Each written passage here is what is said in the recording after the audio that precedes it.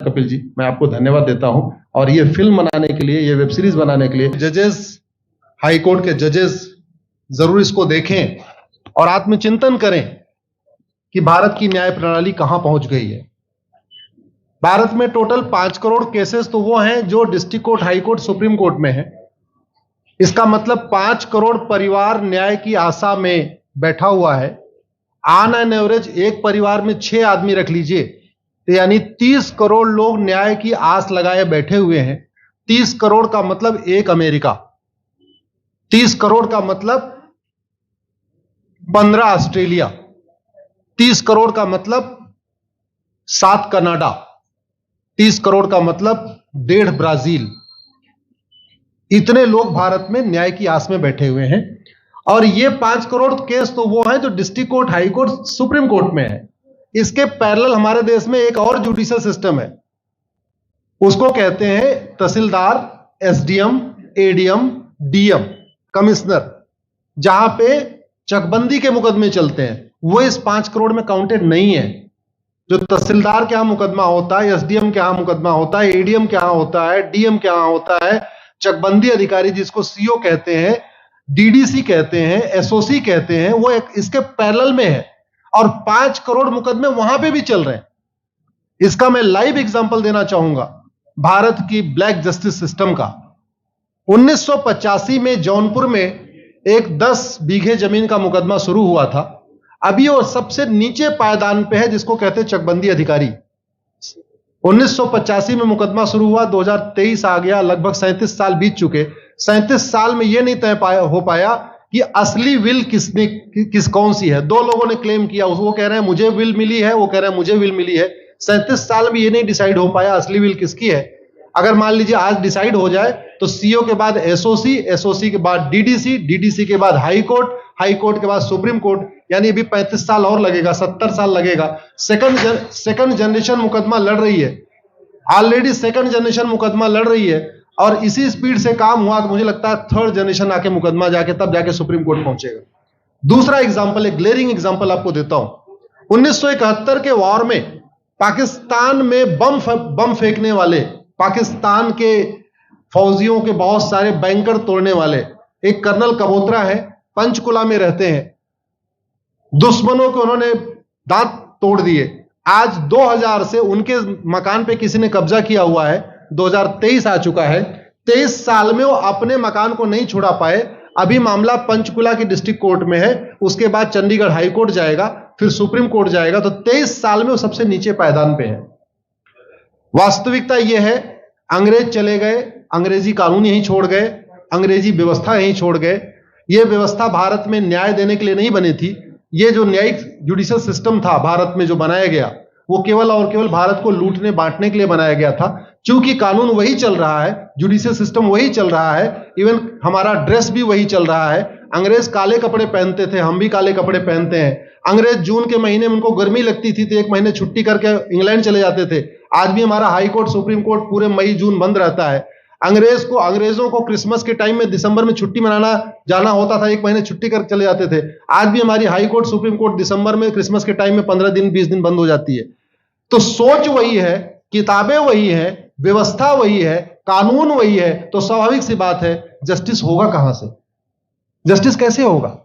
हम 2023 में 1860 का इंडियन पिनल कोड लेके घूम रहे, 1861 का पुलिस एक्ट लेके घूम रहे, गवाहों के बयान 1872 के कानून से हो रहे। हमने सब कुछ वर्ल्ड क्लास कर लिया, लेकिन अपने जस्टिस सिस्टम को कंपेयर करने की कोशिश ही नहीं किया। जितने में एक एयरपोर्ट बनता है, एक एयरपोर्ट बनाने में 25,000 करोड़ की लागत आती है। अगर हमारी सरकारों ने एक एयरपोर्ट की कीमत जुडिशियल सिस्टम पे खर्च कर दिया होता तो हमारी न्यायिक व्यवस्था अच्छी हो गई होती।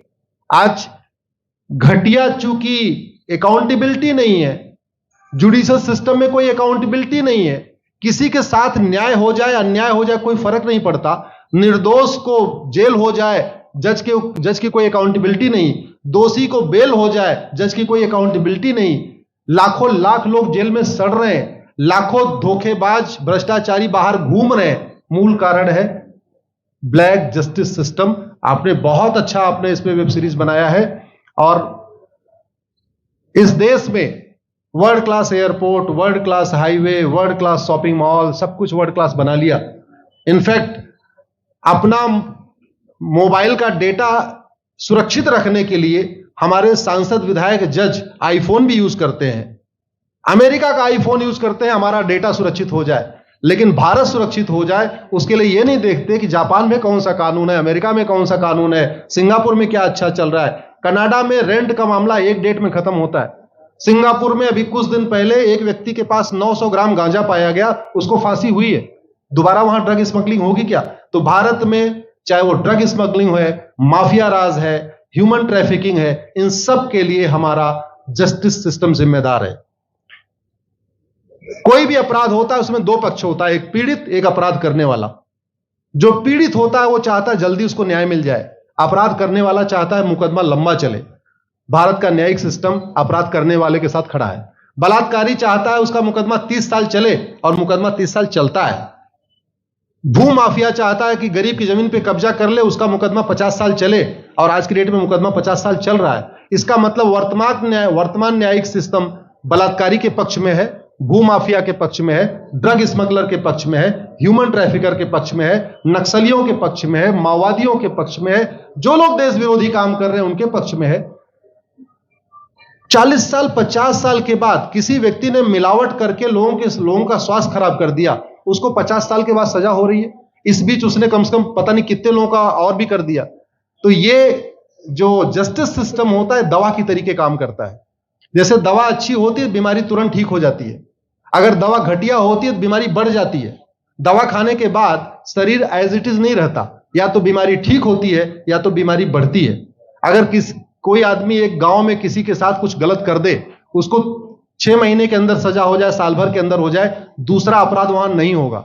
लेकिन अगर उस व्यक्ति को पनिशमेंट नहीं मिला तो स्वाभाविक सी बात है उसने उसको और मोटिवेट कर दिया।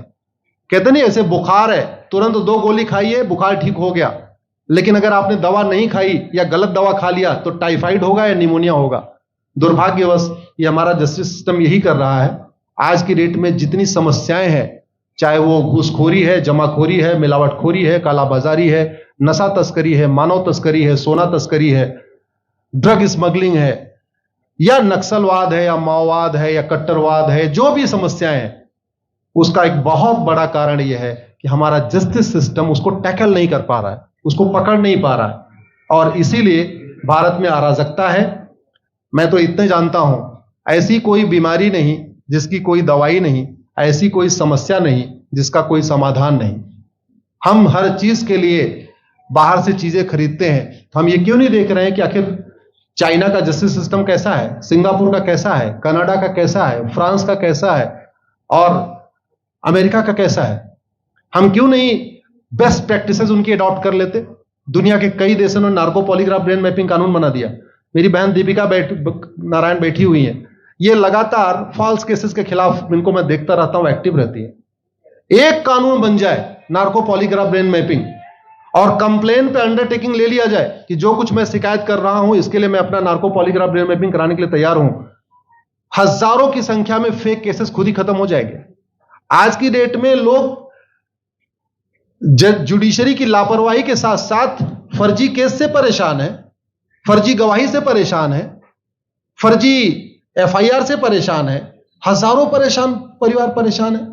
कई बार देखा गया कि जो फैमिली के केसेस होते हैं उसमें कितने सारे फेक केसेस भी आ रहे हैं। तो जो वास्तव में दोषी हैं उनको पनिशमेंट नहीं मिल पा रहा है, जो निर्दोष हैं उनके खिलाफ फर्जी केसेस हो रहे हैं। आज की डेट में गांव में एक दबंग अगर जमीन कब्जा कर लेता है, किसी की हिम्मत नहीं पड़ती उसके खिलाफ कोई गवाही दे दे। लोगों को अपनी जमीन छुड़ाने में 30-30 साल लड़ना पड़ रहा है, 35 साल लड़ना पड़ रहा है। अगर 30 साल 35 साल के बाद कक्कड़ जी उसको अपनी जमीन मिल भी गई तो उसके साथ न्याय कहां हुआ? 35 साल में उसका टाइम बर्बाद हो गया, 35 साल में उसका पैसा बर्बाद हो गया, 35 साल वो मेंटल ट्रॉमा में रहा, 35 साल उसने तारीख पे तारीख झेली है। और मैं तो डिस्ट्रिक्ट कोर्ट में कई बार जाके देखा, ऐसे परिवारों को देखता हूं जिनके पास बस से आने के लिए पैसा नहीं है, साइकिल से आते हैं। ऐसे परिवारों को देखता हूं जो चाय नहीं पी सकते अपने पैसे से, बेचारे घर से रोटी बांध के और अचार लेके आते हैं, लेकिन वहां मजबूरी में वकील को पैसा देते हैं। तो हमारी कोर्ट कचहरी वास्तव में दलाली का अड्डा बन गया है। हमारी कोर्ट कचहरी भ्रष्टाचार का अड्डा बन गया है। और मैं दुख के साथ कहना चाहूंगा, अदालतों में न्याय हो नहीं रहा है, बल्कि न्याय बिक रहा है। जिनके पास पैसा है, वो उन्होंने कितना बड़ा क्राइम किया हो, मर्डर किया हो, रेप किया हो, उनको जमानत हो रही है। और जिनके पास नहीं है, वो बेचारे जेल में सड़ रहे हैं। कई बार तो देखा गया, मैंने मेरे मर्डर किया एक्स अनंत सिंह ने, लेकिन एक्स अनंत सिंह बाहुबली थे, उन्होंने थानेदार को 20 लाख रुपए दिया, वो वाई अनंत सिंह को लेकर जेल में डाल दिया। नाम वही है। अब उसके बाद क्या हुआ, 20 साल मुकदमा चला और फिर सबूत के अभाव में छूट गया। तो जिसने मर्डर किया वो तो कभी जेल गया ही नहीं। एक निर्दोष जेल गया, 10-20 साल के बाद उसने अपना जमीन बेचा, सब कुछ किया, मां बाप सब कुछ तबाह हो गए, फिर वो सबूत के अभाव में छूट रहा है। तो सबूत के अभाव में अगर 20 साल के बाद छूट भी गया हो, उसका 20 साल कौन लौटाएगा? उसके 20 साल के लिए कौन जिम्मेदार है? उसके 20 साल जो बर्बाद हुआ, उसके लिए संविधान की शपथ लेने वाले जिम्मेदार हैं। संविधान के प्रियम्बल में लिखा है, हम आपको जस्टिस देंगे, हम आपको न्याय देंगे। न्याय देने की जिम्मेदारी किसकी? जिन्होंने शपथ लिया। शपथ कौन लेते हैं? जजेस लेते हैं, सांसद, विधायक, मंत्री लेते हैं। तो आज की डेट में अगर लोगों को न्याय नहीं मिल रहा है, तो इसके लिए वही जिम्मेदार हैं जो संविधान की शपथ लेते हैं। संविधान की शपथ लेने वालों को वेतन, भत्ता, गाड़ी, बंगला इसीलिए मिलता है कि लोगों को न्याय मिल सके, फास्ट जस्टिस मिले, कंप्लीट जस्टिस मिले। अनफॉर्चुनेटली कंप्लीट जस्टिस मिलने में तो 50-60 साल लग जाता है, फास्ट जस्टिस तो सपना हो गया है। इसलिए आज आपने जो ये वेब सीरीज बनाई है, मैं आपको धन्यवाद देता हूं। एक ऐसे विषय पे जिस पे कोई टच नहीं करता, लेकिन जिससे करोड़ों लोग पीड़ित हैं। मैंने कहा ना, 5 करोड़ लोग सीधे district court, high court, supreme court के केसेस से पीड़ित हैं, और 5 करोड़ मुकदमे एसओसी, डीडीसी, तहसीलदार के यहां चल रहा है। तो अगर 5 करोड़ से 30 करोड़ लोग इधर पीड़ित हैं, तो उधर भी पीड़ित है। वास्तव में बहुत बड़ी संख्या भारत में इसी से पीड़ित है। और अपराध, भ्रष्टाचार और जितनी भी अराजकता चल रही है, उसका मूल कारण भी यही है। जस्टिस सिस्टम अच्छा हो जाए, कानून सख्त हो जाए, कानून का खौफ पैदा हो जाए, न्यायपालिका का खौफ पैदा हो जाए, और ये थाने जो दलाली के अड्डे बन गए हैं, तहसील जो दलाली का अड्डा बन गया है, डिस्ट्रिक्ट कोर्ट जो कमीशन खोरी का अड्डा बन गया है, अगर इस पे कंट्रोल हो जाए, तो वास्तव में भारत में फिर से राम राज्य आ सकता है। अगर जुडिशियल सिस्टम अच्छा हो जाए, तो जो राम राज्य की कल्पना है, धर्म की जय हो, अधर्म का नाश हो, प्राणियों में सद्भावना हो, विश्व का कल्याण हो, मुझे लगता है उसको फिर से जीवित किया जा सकता है। आपने मुझे बुलाया कपिल जी, मैं आपको धन्यवाद देता हूं। और ये फिल्म बनाने के लिए, ये वेब सीरीज बनाने के लिए बहुत बहुत धन्यवाद देता रहता हूं। दीपिका जी लड़ती रहती हैं, इनको देखता रहता हूं। बहन नेहा जी आई हैं, ये अपने गानों से मुझे लगता है बहुत अच्छा आप लिखती हैं। और इसी तरीके से कड़वा सच आप लिखते रहिए, कड़वा सच गाते रहिए। लोग आज की डेट में, यंग जनरेशन कड़वा सच सुनना चाहती है। मीठे झूठ ने इस देश में शुगर, डायबिटीज पैदा कर दिया। भारत केवल लोग डायबिटीज से नहीं पीड़ित हैं, बल्कि हमारी व्यवस्था को डायबिटीज हो चुका है। और उस डायबिटीज को दूर करने के लिए नेहा राठौर जैसी बहनें जो सही बात कह रही हैं, दीपिका जी सही बात कह रही हैं। आप लोग जो है बहुत अच्छा काम कर रहे हैं।